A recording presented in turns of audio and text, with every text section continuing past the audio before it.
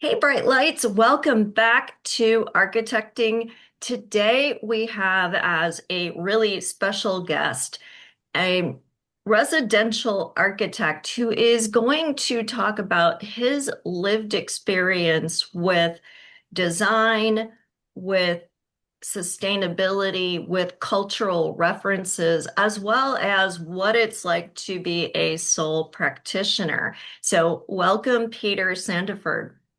Thank you very much, Angela. Thank you for having me here. It's my pleasure. So let's get started just telling people a little bit about what you do and how you got there. Mm. Well, I'm an architect, and I was one of those few people who kind of knew what they wanted to do from early. So I had the benefit of being, I think, 12 or 13 years old when I knew what I wanted to do. So I just structured my educational career based on that. And it's really been a smooth road and targeted, focused road the whole time, doing fine art and sciences like physics and math and chemistry, and then fine tuning into engineering and then branching off into architecture finally. But it's always been a dream of mine. So I consider myself very blessed. Now, you are based in the Caribbean, so you Hmm. have a little bit of a different experience than US based architects. Can you talk about what's different about your practice? Well, I mean, here in Barbados and I guess throughout the Caribbean, we have, you want to kind of stay cool, you want to engage the outdoors. There's no hiding away and, staying away from the weather. There's no winter, right? So you kind of change your architectural design focus on the outdoor and indoor integration, large terraces, big windows, big doors, trying to bring the outside in and trying to, for me, one of my personal goals is kind of like working in harmony with nature and trying not to impose too much of a heavy footprint and, taking advantage of the breezes, the views, where the sun sets, all that into consideration and trying to bring that balance inside and keeping everything harmonious. Yeah, now I know when we were chatting earlier, you said you do a lot of retirement homes. And I was wondering if you could talk a little bit about your ethos of that sustainable design, that design that is a part of the culture and the place and the environmental climate conditions, and maybe some of what people might be thinking they want. Hmm. Well, yeah, retirement homes is a kind of a broad brush. I do get a lot of retiree age clientele who are looking to have either their second home or retreat home in Barbados, but also for those young couples who do dream homes. And the principle's pretty much kind of the same, regardless of the client in a way. Everybody wants to have a happy space. They want positive energy. I incorporate feng shui principles into my design. So, working on the layout and the flow of energy and kind of like the vibe that you would feel when you walk into a space. Working on that, kind of letting the clients know that's what I'm doing, but I don't really get into too much detail with them on that and just design it based on those principles and incorporate whatever criteria, because each client is going to want something kind of unique. Incorporating those principles into the Caribbean vernacular architecture, working with the climate, working with the cultural influences, and as to why we do things a certain way here as opposed to, say, North America or Europe, and explaining those basic principles to the client so that they understand why I've done what I've done and working like I said, again, in harmony with nature. So, you know, large terraces, like I said, they want big pools, they want something fancy with a waterfall, they want to be able to sit in a courtyard, or they want to be able to sit and enjoy their breakfast. Everybody has their kind of daily kind of haven on what they want to do and their happy space. And so whether it's a retirement home for those who are looking to come down here and spend their winters, or if it's a dream home for a young couple who may now have kids, looking at having kids, a lot of the principles are the same. And one thing I will say too is that the clients are becoming more knowledgeable. So they want to be able to recycle their water. They want to be able to, use photovoltaic electricity and incorporate those environmentally friendly aspects of design into their home and making it a seamless integration into the structure. So that's becoming popular, which is great because I think that's where we're going in terms of technology as well as smart homes, but trying to utilize the natural resources as much as possible. And that's a big part of your approach. So, have you found yourself needing to advocate for that? You say your clients are a little more savvy now, Savvy but now, yeah. how do you convince them if they're resistant? Well, it's interesting. When you tell a client that doing this will save you money, it's usually a no-brainer. It's never really anything to resist. If they can't afford, say, the full photovoltaics, what I would at least encourage them to do is to incorporate the infrastructure so that when they're ready, they can just plug and play. They don't have to dig walls and excavate or all that. So at least put the provisions in. And most of the time, if not 100% of the time, I'd say they're amicable to that and they go ahead with it. I mean, we live in a water scarce island as well. So there's certain regulations that you have to abide by in terms of having potable water available to you. But now you find people also looking into generators and being able to provide their electricity, especially as hurricanes become more popular and power outages may be more prominent for long periods of time. Just integrating a genset and having the ability to connect to one when they're ready is something that, it's almost, to me, it's almost mandatory now. You shouldn't build a home anywhere in the world, to be honest, without having these kind of services provided for you in cases of emergency. Yeah, I think it is important that we live lightly on the land, which is definitely something that indigenous vernacular architecture did, and it did it That's how it out of started. necessity. That's correct. Yeah. So when you look at the pitches of the roofs, they're usually kind of steeper. Those kind of steep roofed homes, have less pressure applied to them when the winds are coming in. So they tend to survive. And so through through luck and experience, I guess, they know what works.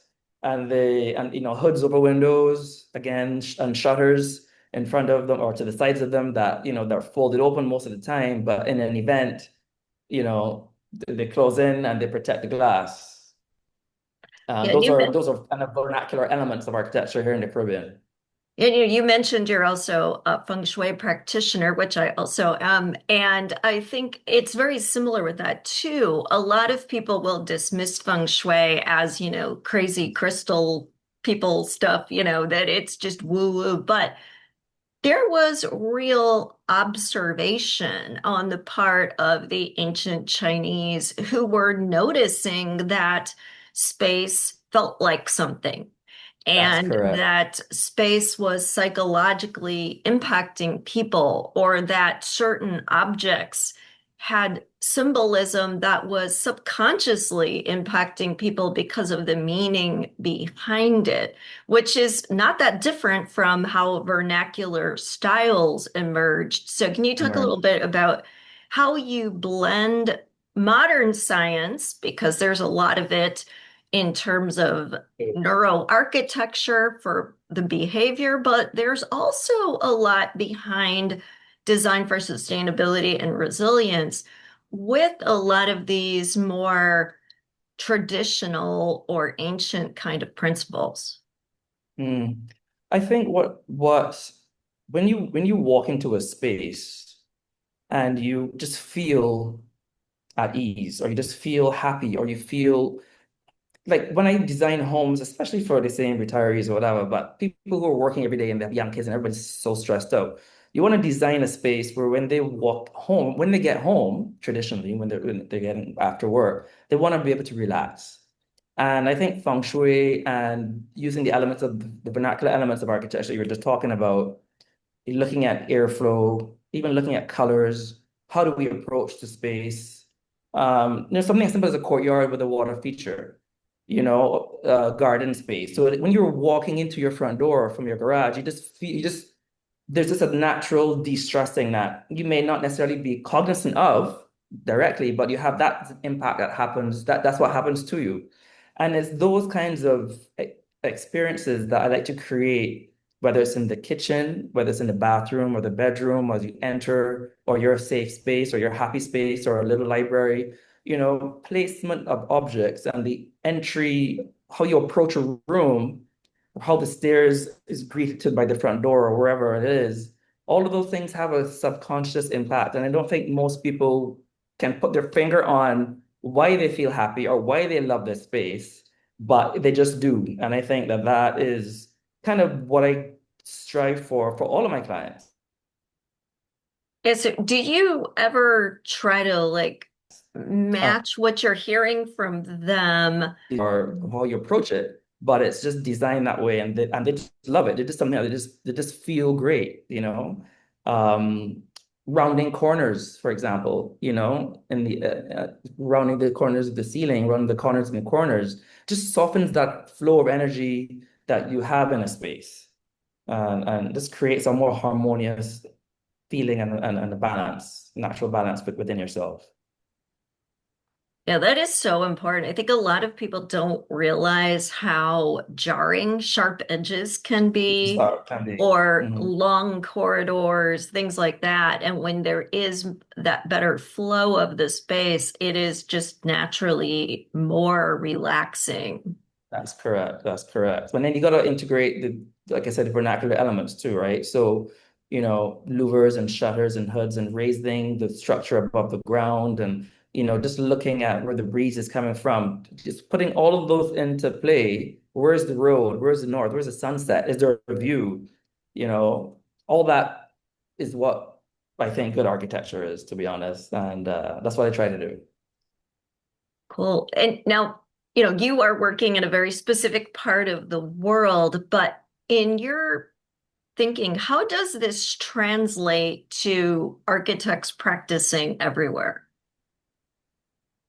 I think at the end of the day, if you're aiming to make your client happy, then, with your experience, it shouldn't really make a difference. Like if I studied in Canada, right? So I did have to study temperate, designing in temperate countries. And so a lot of the principles in terms of why they're applied, they apply internationally, they apply globally. You would just do something a little different. So like here we have to deal with heat like all the time. We have to deal with rain and hurricanes and those kinds of things. We don't have to deal with snow and snow loads and winters. So we don't need to double insulate. We don't need to have thick or complicated wall systems in order to keep places cool.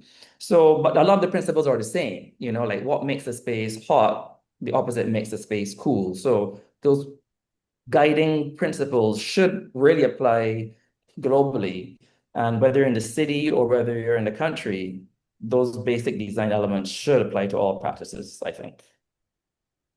Yeah, I think it's more of a philosophy of how you practice, and then, the specifics are informed by where you practice. Yes, exactly, exactly. All while keeping the client happy. So now you work as a sole practitioner. Why Yeah. do you like this model of practice? Um, well, to be honest, most of my clients I are residential clients. I would say 95% of my clientele work is residential work. And what I really like about that and being able to do it one-on-one is the personal interaction that I have with my clients. I get to know them very well. Like a project would normally last 2 years minimum. Like by the time you design it, you meet with them and you sign that contract to the time that they move in and live in their home, 2 years can easily pass, depending on the complexity of the design of the home. And so you're working with this relationship with these people for years. And I like that interaction. I like getting to know my clients, keeping everything personal but very professional at the same time. And I would say most of my clients, so we still talk after. Like they call me when they're on the island or they let me know they're coming in. We arrange to have dinner, we have coffee. Sometimes I fly up and I see them. And so years pass, and sometimes they give me additional work if they have something else to do.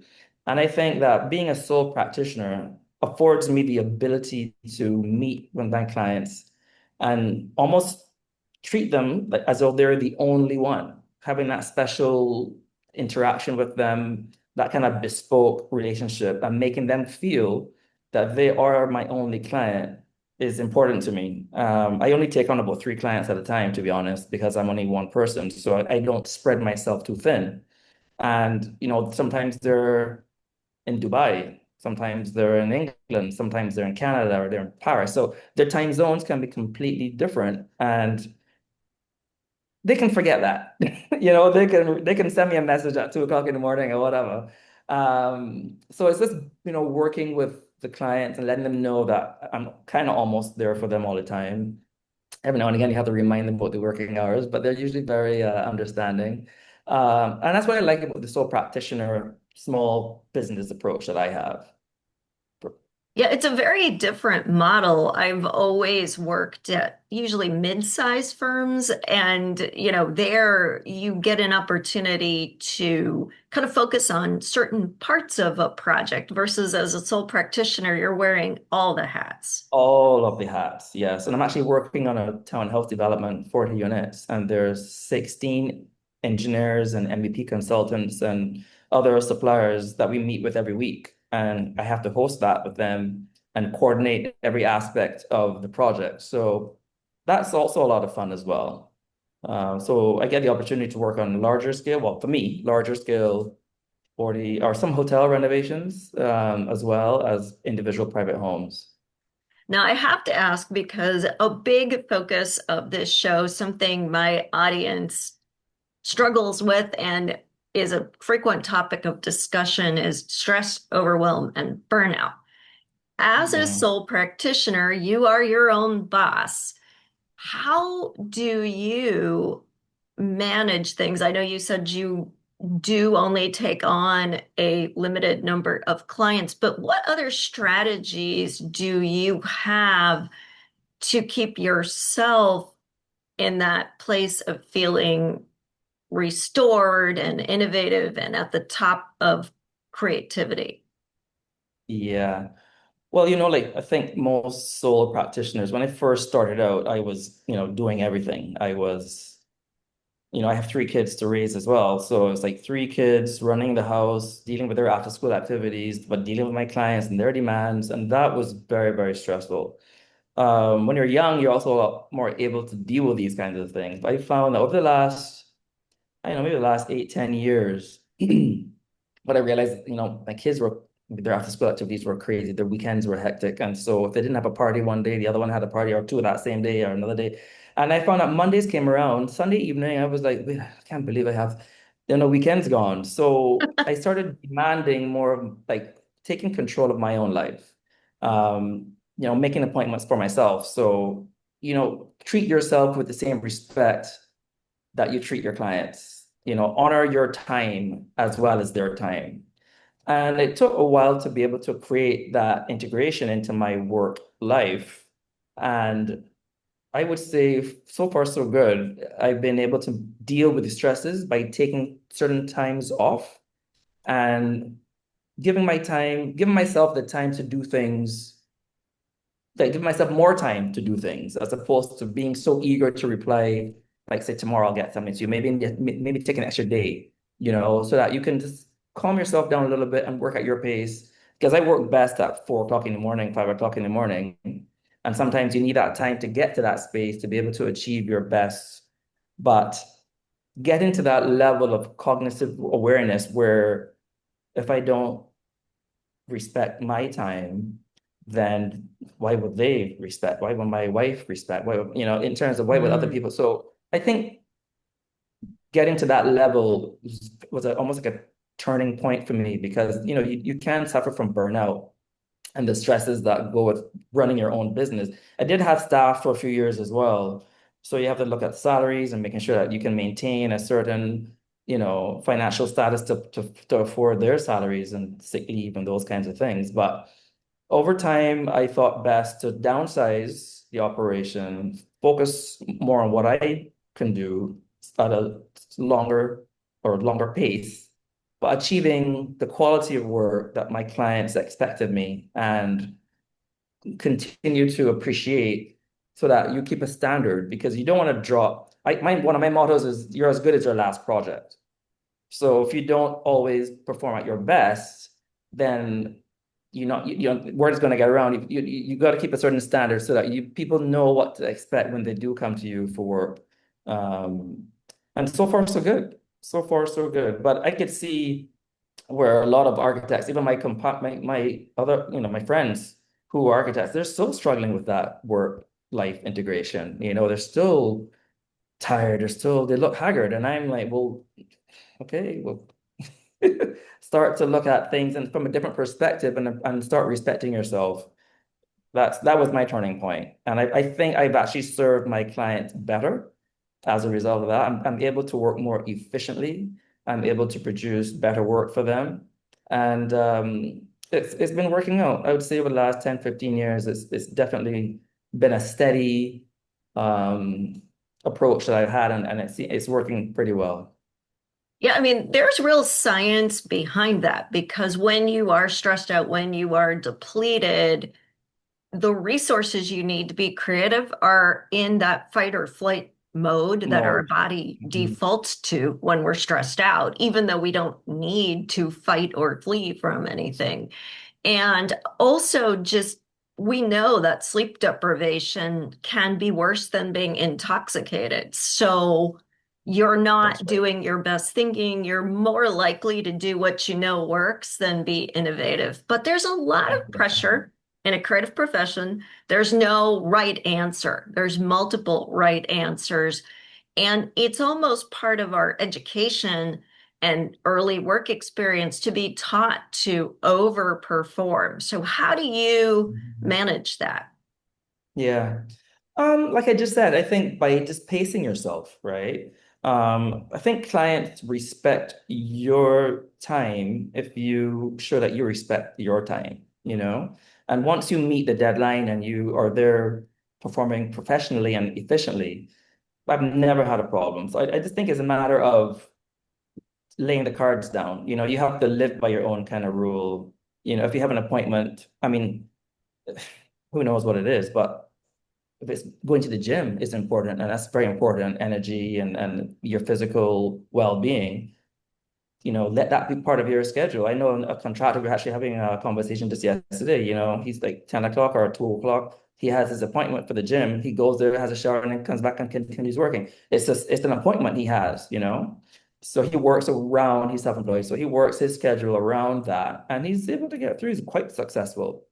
I know people who play golf, doctors play golf, you set a time for yourself and you could only be able to give the best of you when the time comes to serve your clients. Yeah, I always say we make time for what matters and excuses for everything else. And that's right. Yeah. So, how do you make time though for your continued growth as an architect? Mm. Well, here in Barbados, we're not allowed to advertise, right? So it's all word of mouth, and you're based on your last project and things like that. And I think just being an architect that provides a standard, people call out to you. So, and I have people who have to wait. If I've reached my maximum 3 to 4 clients, then I'm sorry, I say, well, can you wait 6, 8 months? Can you, right now it's really busy. And most of the time they hold on. Most of the time they hold on. So you got to keep that balance, and depending on what it is too, right? Because obviously, if it's a very complicated project, then that would, demand more of your time. Where something simple, you can always do. Yeah. So it all depends on what the project is. But if it's, homes can be millions of dollars. So you want to be able to give your client the best. If they're going to be spending that kind of money, you want to make sure that they get the best product that they can get. Yeah, and I think it's also easy to slip into scarcity mindset of, oh no, if I don't take this opportunity, will I be needing work in the future? So how do you balance that out? Yeah, no, that's a tricky balance for all sole practitioners, I think. But what I think the worst thing to do is to take on too much work and offer poor service. I think there's more detriment, to be honest, in that. Because if it is that you tell your client that unfortunately you're too busy, there's a level of respect. Hopefully they'll come back to you. If they can't wait, I don't know if they cannot. Sometimes they don't always wait, but if they can't wait, then if there's an opportunity down the road, they respect it. I think people prefer to be told upfront what the truth is, as opposed to be, tagging them along and frustrating them. I don't want to do that with my clients. I think you're better off being upfront and giving the best. For me to give the best of me, I have to have the time to do it. Mm. Hmm. Yeah, and I think that is a very powerful observation because if you are showing up as your best self, doing innovative work, the client feels that, like you said, and I think you get a better project as a Mhm. result, but you also get the positive word of mouth, which is That's more correct. powerful than any marketing that you can do. So now you've established a baseline that you're not going to go below so that when new clients come, they're going to respect that baseline. Yeah, I think if you don't think short term, then you're in trouble. You got to think long term, right? So if it is that today you may lose a job because you told somebody you're too busy, I think it's worse for you to take on that job, do a terrible job, and the word gets out that you've done a terrible job. You get less people coming to you. So, but when you're young, when you're now starting out, it's easy for me to sit here, unfortunately, and I've been through all that already. I've Hmm. learned from experience where I think one time I had six or seven clients, and I was just pulling my hair out. I was just not sleeping. I had to wake up earlier, decided to take the kids to school. I had to come back and do this. So I vowed never to do that again. So you mean, obviously, I'm speaking from experience, right? But having been there, I know that that's not the way to do it. Yeah, and I think you clearly value quality of life for yourself and also for your clients. And so having that as a priority, I think let you recognize when you were at that tipping point. Not everybody does. So what advice Mm, would you have to people who want to start their own firm to kind of help them not only do what they're hoping to do by going out on their own, but to also maintain their quality of life? for those who are now starting out, all depends on your age and your energy level. But let's say typically you're right out of university or you maybe got a few years experience and you want to start branching out on your own. I'd say, there are going to be times when it's never easy. It's not, and a lot of sole practitioners businesses don't succeed, but to be perseverant, you've got to go through the hard times and the good times. There you would be making mistakes, that happens like all through life with everything in life. You make mistakes. But I think if you even write down your core values, your core mission statement, your core mission statement, like what it is, how are you going to be unique? Okay, we have over 100 architects here in Barbados, for example. There's so many of us in this 166 square mile island.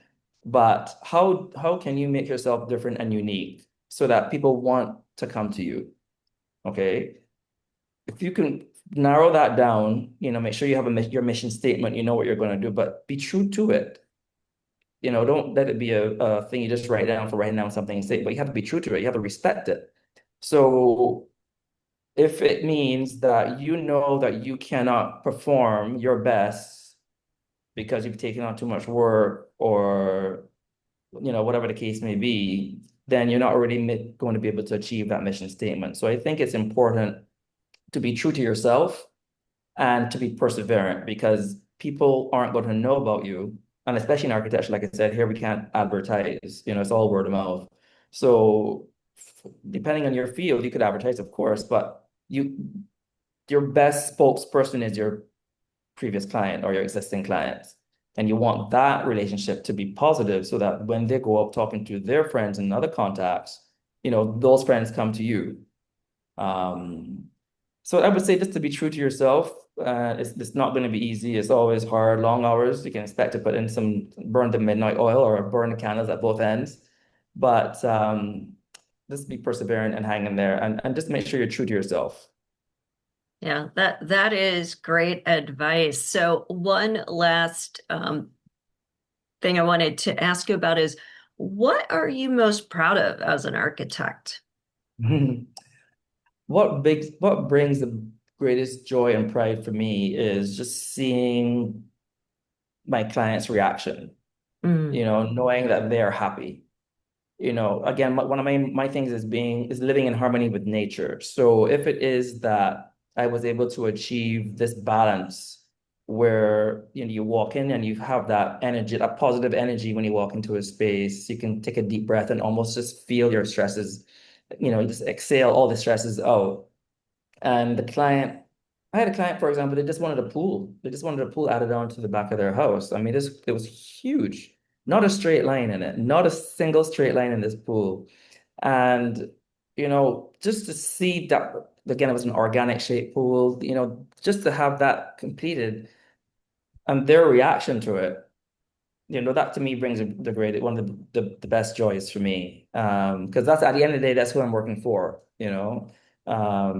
I would say that's my proudest moment. So when something is finished and it exceeds my client's expectations, that's the sweet spot for me. Oh, that's beautiful. So, if anyone is listening and they would like to reach out to you, how can they do that?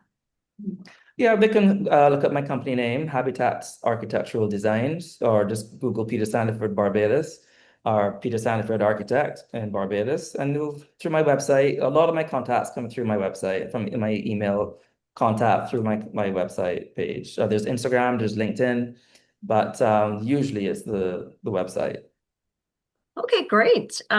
And we will definitely put those links in the show notes, everyone. So feel free to go to the website. There's some fantastic projects on there, but you can also learn a little bit more about Peter and his philosophy of design, how he's getting it done in Barbados, but how that same practice model might be a good one to think about for you. So thank you, Peter, Yeah. for being on the Architecting Podcast.